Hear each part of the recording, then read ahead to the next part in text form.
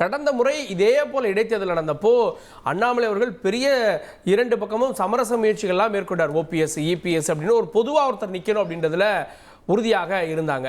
இந்த முறை பாஜகவுடைய ரோல் என்ன அப்படின்றதே கேள்விக்குறியா இருக்கே. நாங்கள் மாற்று அரசியலை முன்வைக்கிறோம், 26 எங்களுக்கான தேர்தல் அப்படின்றப்போ பாஜக இந்த முறை அமைதியா இருக்க மாதிரி தெரியலையா?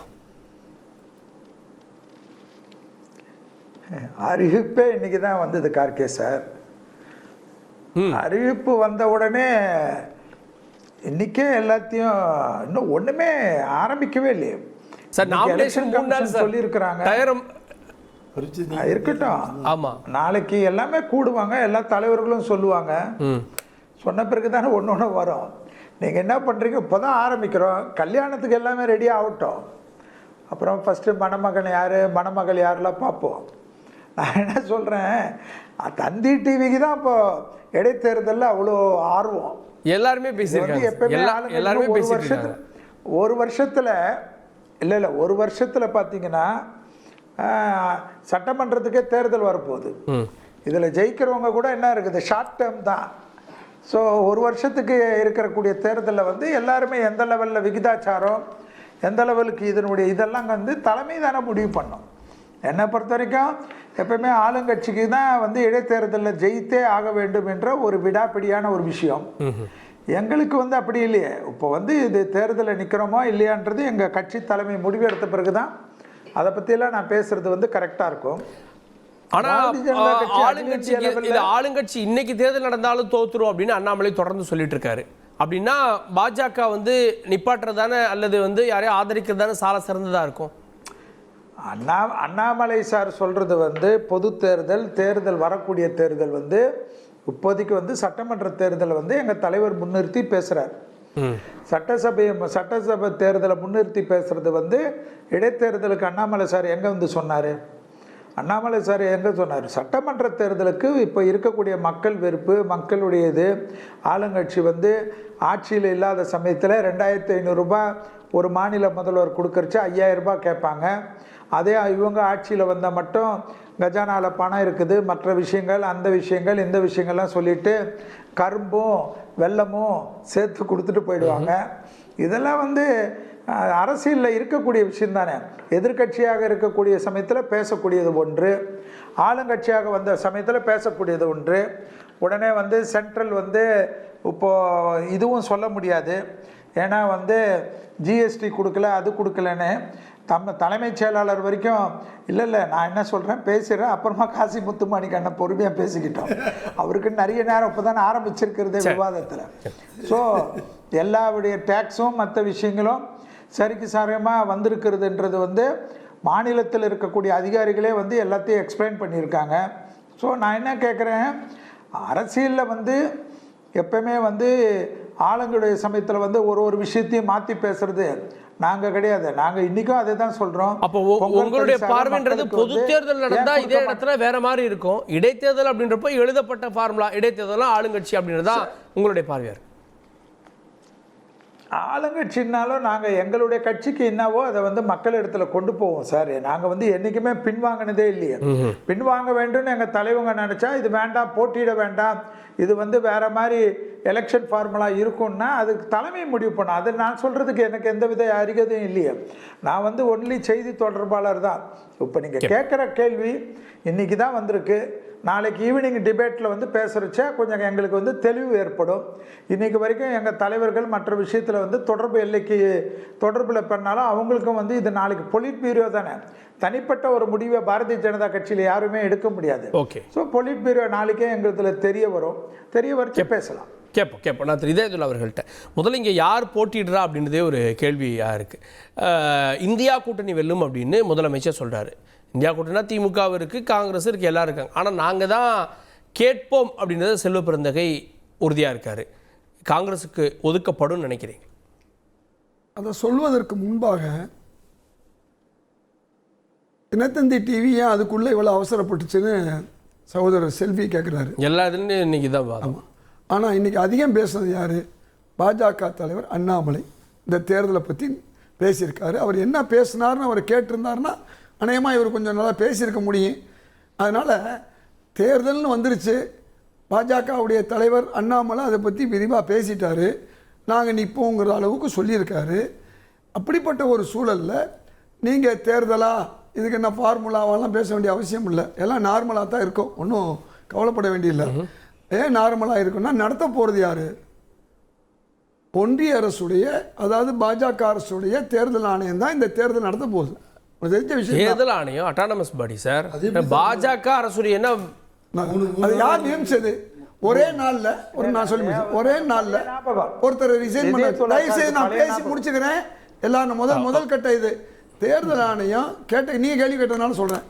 தேர்தல் ஆணையத்துடைய ஆணையர் பதவியை ஒரு நாளில் ஒருத்தர் ரிசைன் பண்ண வச்சு அன்னைக்கே அவரை மனு போட வச்சு அடுத்த நாள் அவரை நியமிக்க வச்சது யாரு? 4 மாநிலங்கள் ஒன்றா நடக்கக்கூடிய ஒரு தேர்தலில் தங்கள் வசதிக்காக 2 மாநிலத்தை முன்னாலேயும் மகாராஷ்டிராவில் பணம் கொடுக்கறதுக்காக வேண்டி தள்ளி வச்சது யாரு? தேர்தல் ஆணையம் தானே. அப்படி நடந்தும் 23 யார் ஜெயிச்சா? இடைத்தேர்தலில் EVK இளங்கோவன் தானே ஜெயிச்சாரு. நான் சொல்றது தமிழ்நாட்டில் இருக்கக்கூடிய நிலைமை வேற. மேற்கு வங்காளத்தில் இவங்க வேலையை காமிக்க முடியாது. சூடு வைக்கிறாருந்தா அவங்க யூபியிலையும் மகாராஷ்டிராவிலையும் மத்திய பிரதேசத்தில் தான் வைக்க முடியும். எங்கே அவங்க ஆட்சியில் இருக்காங்களோ அங்கே தான் வைக்க முடியும். அப்படி வச்சும் கூட 400 சீட்டுக்கு பதிலாக 240 தான் எடுத்தாங்க பாராளுமன்ற தேர்தலில். உங்களுக்கு தெரிஞ்ச விஷயம் தானே. அதில் இந்த நிலையிலையும் அவங்க எடுத்திருந்தா உண்மையில 140 தான் எடுத்திருக்க முடியும். அதனால் இது ஒரு பக்கம் இருக்கட்டும். இப்போ நான் பேச வர்றது என்னன்னு சொல்லணும்னா, இன்றைக்கு பாஜகவை பொறுத்தவரை திரு அண்ணாமலை நான் ஏன் சாட்டையை தூக்குனேன்னு தெரியுமா? 2026 திமுகவுக்கு விலை கிடைக்கும், திமுக நாங்கள் ஆட்சிக்கு வரும், திமுக ஆட்சி விட்டு இறங்குன்னு சொன்னார். நீங்கள் ஏன் 2006க்கு போகிறீங்க? 2005லே வாங்க, உங்கள் சாட்டை அடிச்சிங்க இல்லையா? நீங்கள் ஊர் முழுக்கும் ஒன்றும் இல்லாத ஒரு விஷயத்தை அரசியலாக்குறீங்கன்னு நீதிமன்றம் சொல்லிச்சு இல்லையா? எதை? ஒரு அண்ணா பல்கலைக்கழக விஷயத்தை. இவ்வளவுலாம் உங்களுக்கு இருக்கு இல்லையா? உங்களுக்கு வேண்டிய ஆளுநர் இருக்கார் இல்லையா? சட்டமன்றத்தையே புறக்கணிக்கக்கூடிய ஒரு ஆளுநர் இருக்கார் இல்லையா? அவரால் உங்களுக்கு என்ன பலம்ங்கிறது நமக்கு தெரியும். இப்போ இப்படிப்பட்ட ஒரு சூழலில் நீங்கள் எலெக்ஷனில் நிற்க போகிறீங்கன்னா போன முறை மாதிரி புறமுதுகிட்டு காட்டாமல் நீங்கள் நிற்கணும். நீங்க என்னதான் நீங்க அதிமுகவுக்கு ஆதரவு அளிச்சு நீங்க தேர்தல்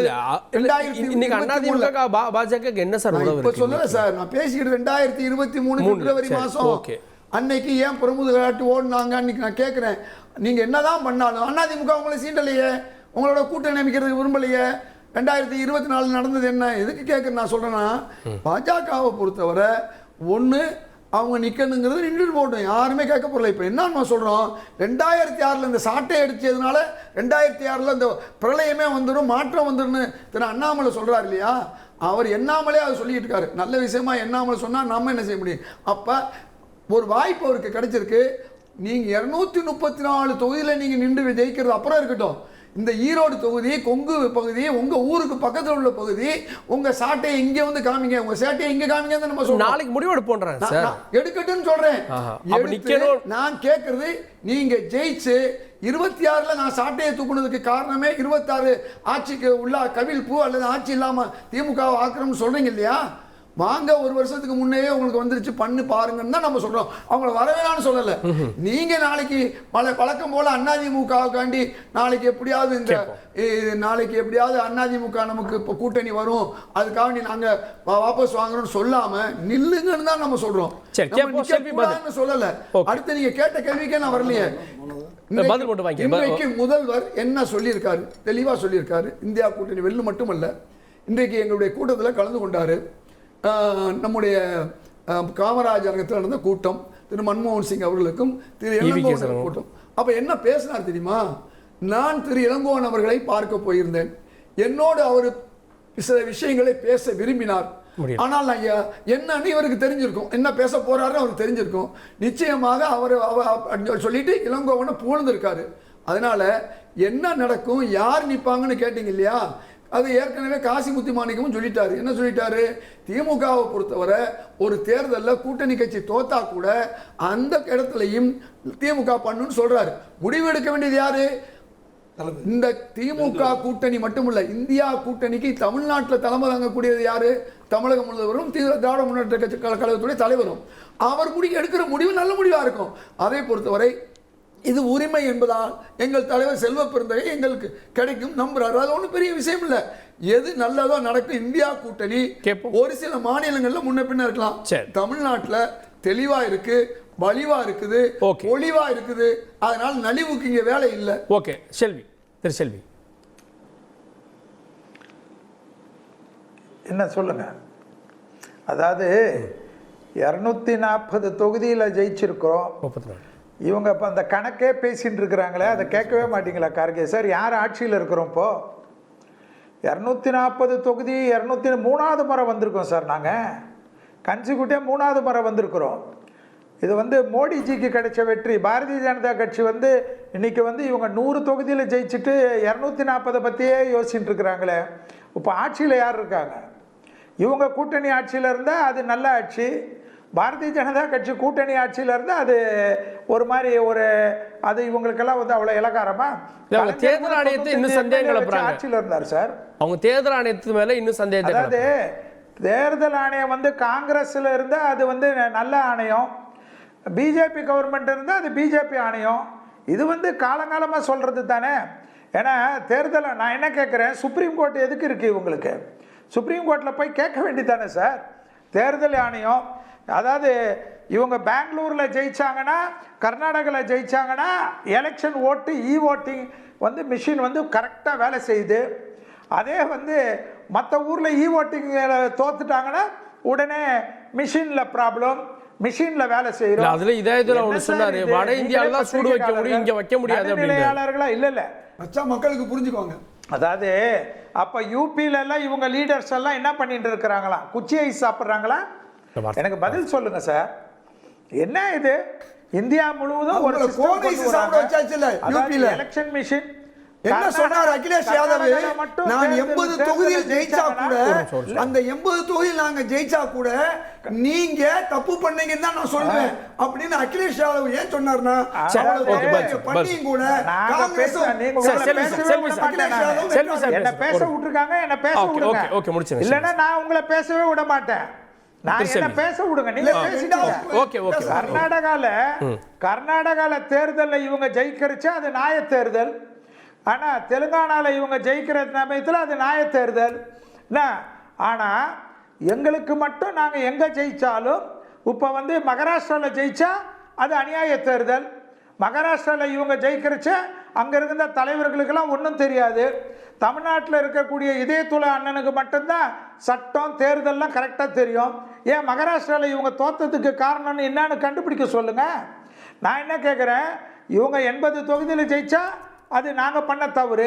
அப்போ மகாராஷ்டிராவில் நாங்கள் ஜெயிச்சதில் இவங்க பண்ண தவறு இல்லையா? எல்லா இடத்துலையும் யூபியில் நீங்கள் வந்து இவ்வளோ மரணாடி வாங்கிட்ட பிறகு பேசுறதே தப்பு தானே. நான் என்ன கேட்குறேன், எலெக்ஷன் வந்திருக்கு சார், கூட்டணியில் அது உங்கள் கூட்டணி விஷயம், அதை பற்றி நான் பேச வேண்டியதில்லை. உங்கள் கூட்டணிக்கு கட்சி முதல்வர் கொடுக்குறாரா இல்லையான்றது அது உங்களுடைய கூட்டணி விஷயம். எங்களுடைய தலைவர் பேசியிருக்காரு, நாளைக்கு முடிவு எடுப்பாங்க. அந்த முடிவுக்கு ஏற்ற மாதிரி நாங்கள் வேலை செய்ய போகிறோம். தலைமை சொல்றதை நாங்கள் கேட்க போகிறோம். எந்த இதுவாக இருந்தாலும் கட்சி கூட்டணியாக இருந்தாலும் தனியாக இருந்தாலும் பாரதிய ஜனதா கட்சி தனிப்பட்ட முறையில், ஏன் இந்த வாட்டி வந்து சட்டசபை தேர்தலில் நாங்கள் தனிப்பட்ட முறையில் எல்லா தொகுதியிலும் எல்லாத்திலும் தனியாக பாடுபட்டோம். அந்த பாடுபட்டதுக்கு ரிசல்ட் தான் ஒன்று இன்னைக்கு தமிழ்நாடு முழுவதும் எல்லா விதமான பிரச்சனைகளும், அது வந்து அண்ணா யூனிவர்சிட்டியாக இருக்கட்டும், அதே போல பொங்கல் விஷயமாக இருக்கட்டும், பாரதிய ஜனதா கட்சி தான் தெருவில் இறங்கி போட்டி போடுது, தெருவில் இறங்கி போராட்டம் பண்ணுது. ஒரு போராட்டத்துக்கு மக்கள் கொடுக்கக்கூடிய விஷயத்துல தான். இப்போ வந்து ஒரு விஷயமும் அண்ணாமலை எது பேசினாலும் தான் உடனே மந்திரிங்க ஓடி வந்து பதில் சொல்ல வேண்டிய நிர்பந்தம் ஏற்படுகிறது.